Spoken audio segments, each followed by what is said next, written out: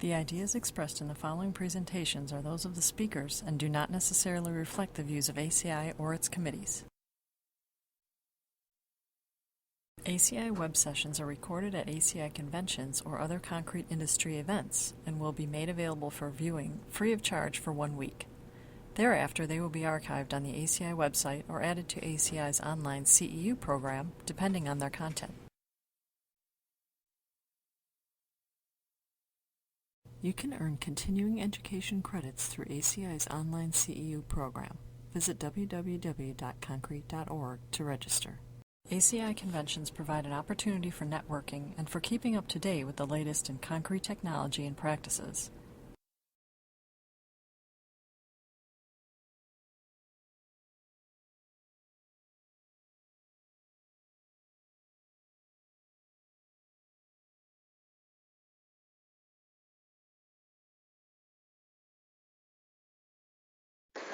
Welcome you to our session today on emerging technologies in the concrete industry. So this session is actually put on, we're not a technical committee. SDC is the Strategic Development Council of ACI. We're a group that works to, one of our primary missions when we first started was how do we get technology, new technologies ramped up and moved through ACI faster, or if there's other organizations, ASTM or something else that might be more appropriate, how can we bring new technologies more to the forefront and active in the industry?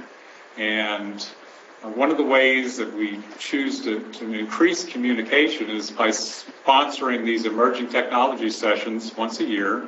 There'll typically be 4 or 5 different sessions that are technologies that have been presented to SDC at SDC meetings that we feel would be of interest to the general ACI membership. We're going to cover the concrete wind turbine towers, which is an exciting type of thing that as turbines get bigger and bigger, concrete is a very distinct advantage as a construction material for the tower. Durable green cement concrete, green being applied to a variety of different things now, we call it greenwashing, but this is really more a sustainability issue. We're going to talk about the cement hydration kinetics, various things, and then there's a presentation on shrinkage reducing, shrinkage compensating, prevent sea shrinkage as a material. Our first speaker today, not to belabor this any longer about SDC, is Markus Wernli. He's a member of ACI, the Senior Project Manager of Berger ABAM, which is a founding member of SDC, the Strategic Development Council. Markus received his PhD from the University of California in San Diego. Beautiful place to get a degree. I'd like to have gotten mine there too. I went to Michigan Tech, a little different. In the field of structural engineering, where he was researching the application of advanced composite materials for construction. During his 18 years of experience in civil engineering, he has been focusing on the development, qualification, and deployment of new technologies for the construction industry. Dr. Wernli has been involved in the development of applications for advanced composite materials for strengthening and new construction, the development of large floating concrete structures for berthing piers, storage facilities, and military facilities, the development of large cryogenic storage tanks made of precast concrete, the advancement of accelerated bridge construction technologies in seismic regions, and the development of tall concrete wind turbine towers for the U.S. market, which is what he's going to talk to us today about. Now, Dr. Wernli shares a Robert J. Lyman Award from PCI and an ACI Construction Practice Award for his efforts on advancing the concrete industry. Markus, you want to come on up? Thank you, Charles, for this nice introduction. I want to talk today about the opportunities the concrete industry has in the wind turbine power market. Now, you may be aware that actually in Ontario, Enercon is just building a precast plants to build concrete towers for wind tower used in Ontario. So what is really new about this technology? I'll be talking about that later. So where the wind industry is at right now is it's growing in the United States. And the wind, well, here on this map you see a little bit the areas where most of our winds are. The wind industry is talking a lot about the wind corridor in the central United States, and then the coastal areas where offshore wind would have the potential.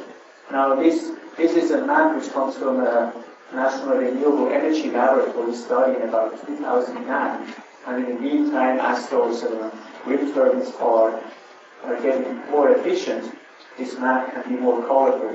Because the newer wind turbines, they work also for even less wind than what was proposed here. Here is where those wind turbines stand as of last year. So now you see most of the turbines, they are standing down in Texas. So the number you see here is in megawatts of capacity. So if you compare that to a modern nuclear power plant, each reactor is about 2,000 megawatts. So if you have 10,000 megawatts of capacity, and you say maybe half of the time it's actually running, so maybe you have 5,000 megawatts, so that would be about 2.5, the equivalent of 2.5 nuclear power plants.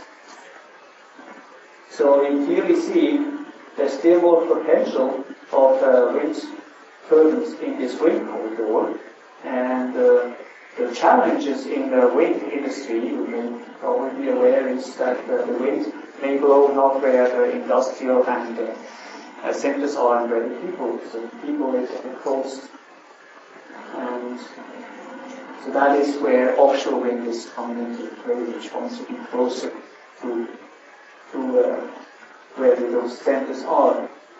But still there's a need for a general better network for transition lines within the United States. Right now it's mostly regional and it has to be national, and that is something which is right now in the wind industry. They call them basically like the low-hanging fruit. They are all picked, and all the nice good wind sites which are close to a transition line are basically taken, and now there's a need for a new transition line or need for offshore wind turbines closer to those centers. This is how the industry has been growing, and that's how it was expected. This is also from the Department of Energy study in 2009, where they, with the energy portfolios, were predicting that they want to have about 20% of our electrical power being provided by wind by 2030. So that would mean that would need a capacity of about 300,000 megawatts of power. This is the capacity, not the actual output. And as we know right now, we are about 50,000, so we are about down here. You see in the history, well, past 2006, the wind industry has been booming up to about 2009. It has been growing much faster than the DOE actually has expected. So that also meant for DOE that we probably didn't too much incentives. So after the recent years, it has come down, and as you know, right now the tax incentives for the wind industry, they are in delay again, and they might be extended another year, maybe another 2 years, and at that point, probably the wind industry has to be self-sufficient, and it's up to the wind industry to get the costs down, that they can still grow, basically as expected, to the 300,000 megawatts. But so far, the wind industry hasn't stopped. And you see up to mid-year, June of this year, we already had about 3,000 megawatts of wind turbine capacity erected. And typically, the boost always comes towards the end of the year. Again, this is very political in terms of that the next tax incentive cycle runs out at the end of the year, so everybody wants to get his plan finished by the end of the year. So my guess is that this graph is going to be again in the 7,000 megawatt range up there, basically pushing the wind industry ahead.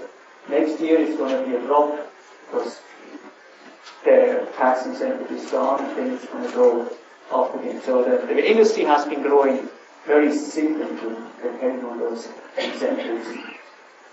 But if you put those numbers in terms of the number of wind turbines, the average wind turbine right now is about 1.65 megawatts. And the technology is about 2 to 3 megawatts. And if we're talking concrete wind turbine towers, then we're really talking about big towers. So bigger turbines, they are about 3 megawatts, 2.5 megawatts. So if you take a growth of about 5,000 or 6,000 megawatts, then these are easily about 3,000 to 4,000 towers every year. That's on build right now to build up capacity. So quick history on the wind turbine towers. They started very much in California with typical smaller sizes of 50 kilowatts, experimental, and then they grow slowly, and really in the 2000s they started to grow much faster. So you see here we have about a 1.5 gigawatt turbine, and today they're more in the 2.5, 3 megawatts sizes, the bigger utility scale. There's another type of wind which is then the smaller scale wind, which is not the utility. On the offshore sides, you don't have any constraints in sizes. You don't have to get those turbines through narrow roads or up a mountain, and you can build much bigger parts of your wind turbines. So there's not really a constraint in sizes, and that is why offshore is growing in size fairly quickly. But remember, there's no offshore turbine in the United States at this point. But they can be up to 5. Now they're researching the 10 megawatts turbines. They are really big. So the performance of those wind turbines, they have improved very much. So you see that this is the size of capacity of those towers. I mentioned that the average is about 1.65 today, with the typical bigger ones being in the 2.5 to 3 megawatts. And if you look at the actual productivity of those towers, that grew even more in the last years. And part of it is that the wind industry has really tweaked those turbines, that they have now utility downtime only of about 5%, so that they get gotten really reliable. And on top of that, the wind industry understands better where to actually put those turbines, where is the wind blowing, and which type of turbines has to be erected for which type of wind. So that is how this productivity was increasing. On the tower side, on the blade side, you see a little bit of a different story. At the beginning of 2000, the towers were typically smaller or taller than the size of the rotors. And this is a good number to know, that your rotor diameter is about the height of the tower. So if you have a tower at 100 meters, and the peak of the turbine is probably going to be 150 meters. And what you see on this curve, that between 2006 and 2007, this curve is stagnating and doesn't really go up.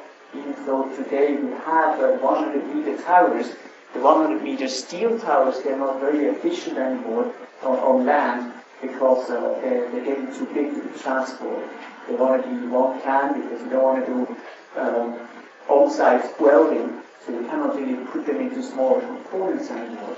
And this means that in order to keep the stiffness for dynamic behavior, you have to make it very stiff and very thick. So you have 2.5 inches of steel thickness for those 14 feet diameter cans, and that's starting to become not cost effective anymore. And this is where the concrete tower jumps in and gets effective. So the 100 meter and plus tower range, and then this curve can go up again and be more in relationship to the start of the tower is higher than the diameter of the turbine or the blades. So here's the technology as it is today. So the technology is not really new. It's new to the United States. In the United States, just this year, we have 2 towers built out of concrete. One is in Michigan, and one is it's going to be in Ireland.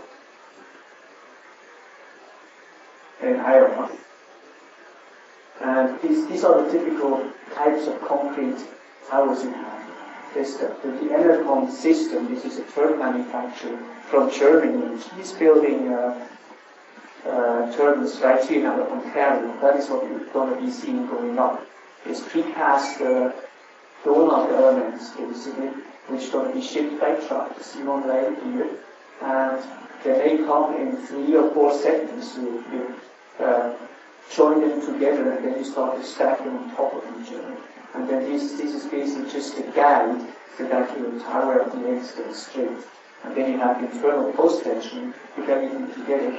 You might have a steel tower on top to reach higher, or it might just be a concrete tower. Then you put the turbine in. The turbine is the challenge, it's the biggest lift. It's the heaviest lift.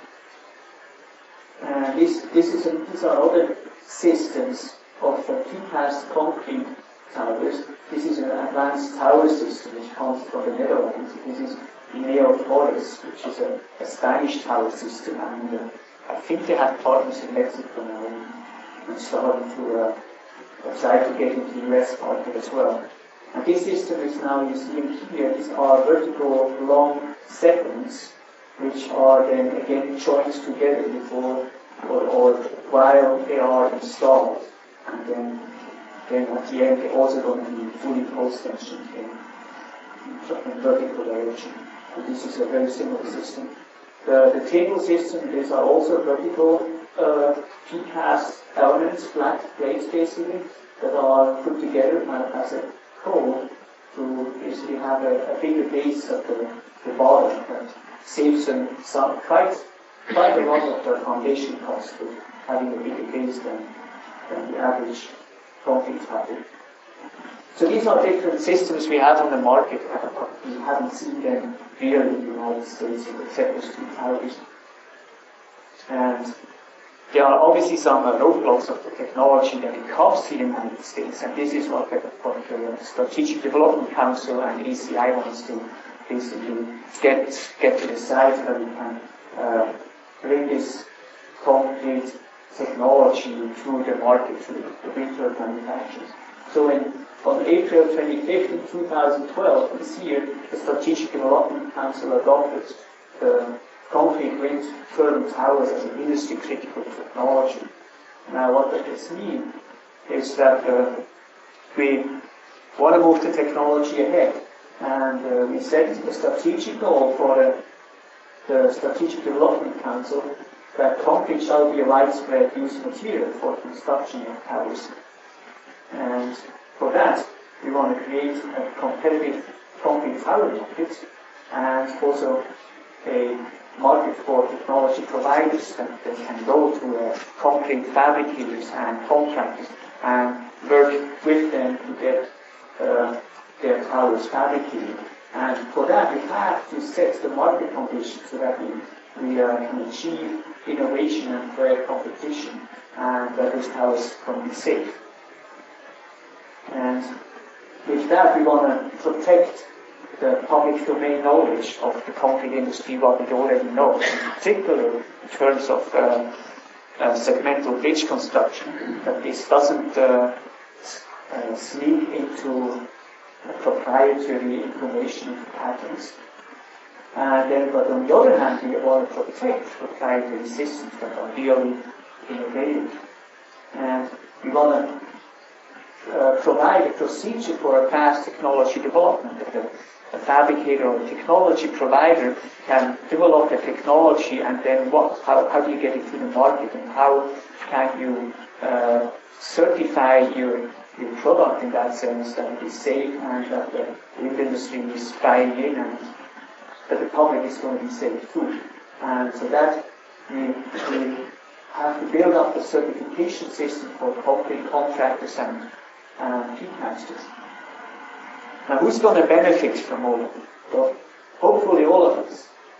The precast concrete industry will be able to provide to the wind turbine market, and if they want to build or develop their own tower systems, they also having an avenue to get that quickly done. So the technology provider, if we can create that market, they can get their technology faster to the market, and they also have a better avenue actually to team together with precasters and concrete fabricators to get the technology built.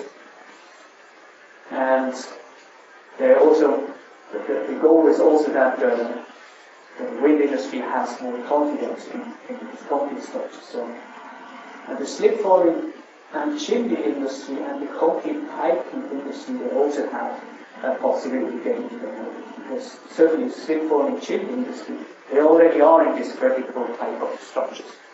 And the concrete industry, they already are, concrete piping industry, they already are in the segmental cylindrical structure. Then the concrete industry, they can also benefit from this fast process. Other stakeholders can benefit as well. So the turbine manufacturer now can actually has a market for concrete towers, which he has a similar market for the steel, but not quite as open. Hopefully we can have a concrete tower market that is even more open in terms of that they can have a design and a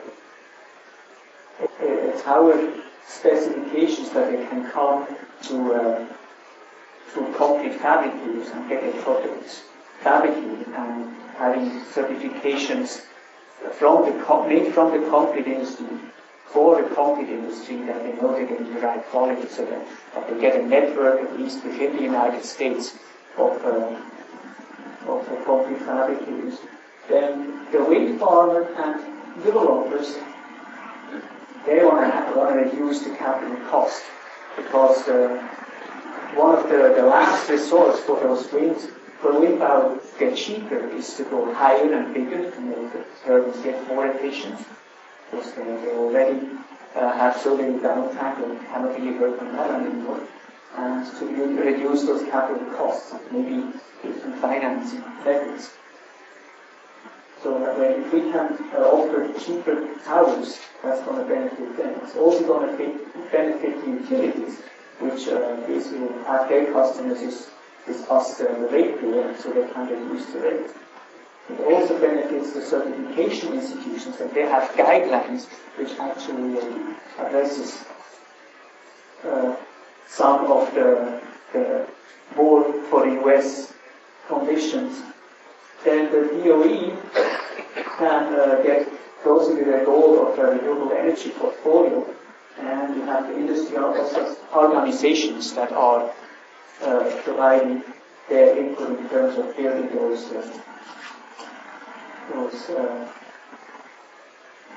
standards. And then standard association to build up those standards, testings, and the university, which can help testing these functions. Now here are quickly the roadblocks we have to deal with. The industry collaboration is something which comes with a newer, fresher industry, and the wind industry is still trying to become a big partner in the electrical industry. So they're very competitive and very proprietary. So they're not really working too well together, and so are tower fabricators. Then the standard and guidelines. It's quite complex to design these towers. then technology, technical complexity and risk, then the intellectual property that can stifle the innovation, then a lack of the US certification program, which we talked about, and passive investment, not only the development of towers, but also the investments of building the fabrication facilities is a big cost for a potential player in this industry.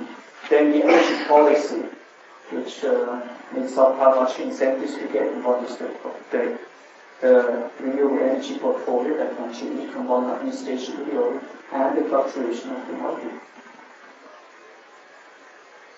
So the SDC has this program or the deployment plan to go ahead with the wind industry, and you see it talking with the wind industry right now. And the next step for us is to start with ACI to create some first guidelines. And so if you are interested in contributing and seeing how we're going to do that, you find it on the SDC website. And there we have our strategic plan laid out. You can download it, and we have some other information. With that, I conclude my presentation. Thank you, Markus. Are there any questions? So we have a mic up here. We're recording the session, so it'd be good if you could come up to the mic. It should be live. Markus is chair of the ATI group. It's the kind of the committee with SDC that's moving this technology forward in the industry, and you can tell he's passionate about concrete wind turbine towers. Go ahead.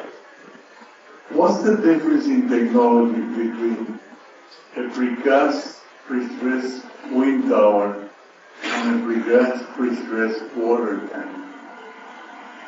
That's a good question. The biggest difference is basically the type of load. You can see a wind turbine is really like a flat pole. Most of the forces is your overturning moment, and it's all driven by fatigue. So that is the big difference, is the height, the overturning moment, and the fatigue. The dynamics of the wind turbine, you have the wind turbines can rotate, you have large rotors. We're talking 300-foot diameter rotors. So the dynamics of that are much different frequency response than you would get in an elevated water tank. The elevated water tanks have very high loads, vertical loads, and high seismic loads. They don't have necessarily the frequency and the dynamics. But it's a similar thing, and that's one of the things that he didn't present on the slide, but it is a potential design input in terms of what we have now that could be applied to wind turbine towers. Another question? All right. Thank you, Markus.